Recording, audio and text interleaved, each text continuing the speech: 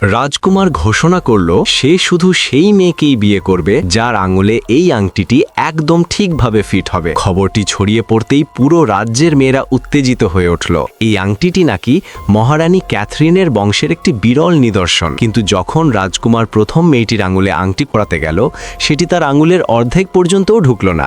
রাজকুমার কিছু না বলেই পরের জনকে ইশারা করল।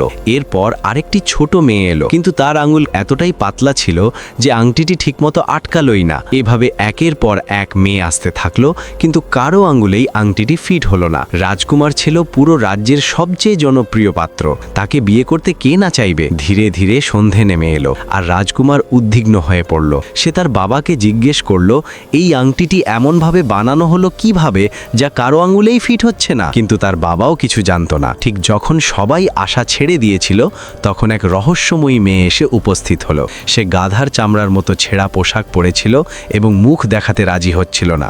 রাজকুমার সন্দেহ নিয়ে তাকে হাত বাড়াতে বলল, আর তখনই ঘটে চমক। যে আংটিটি এতক্ষণ কাউকেই মানছিল না, সেটি একদম নিখুঁতভাবে তার আঙ্গুলে ফিট হয়ে গেল।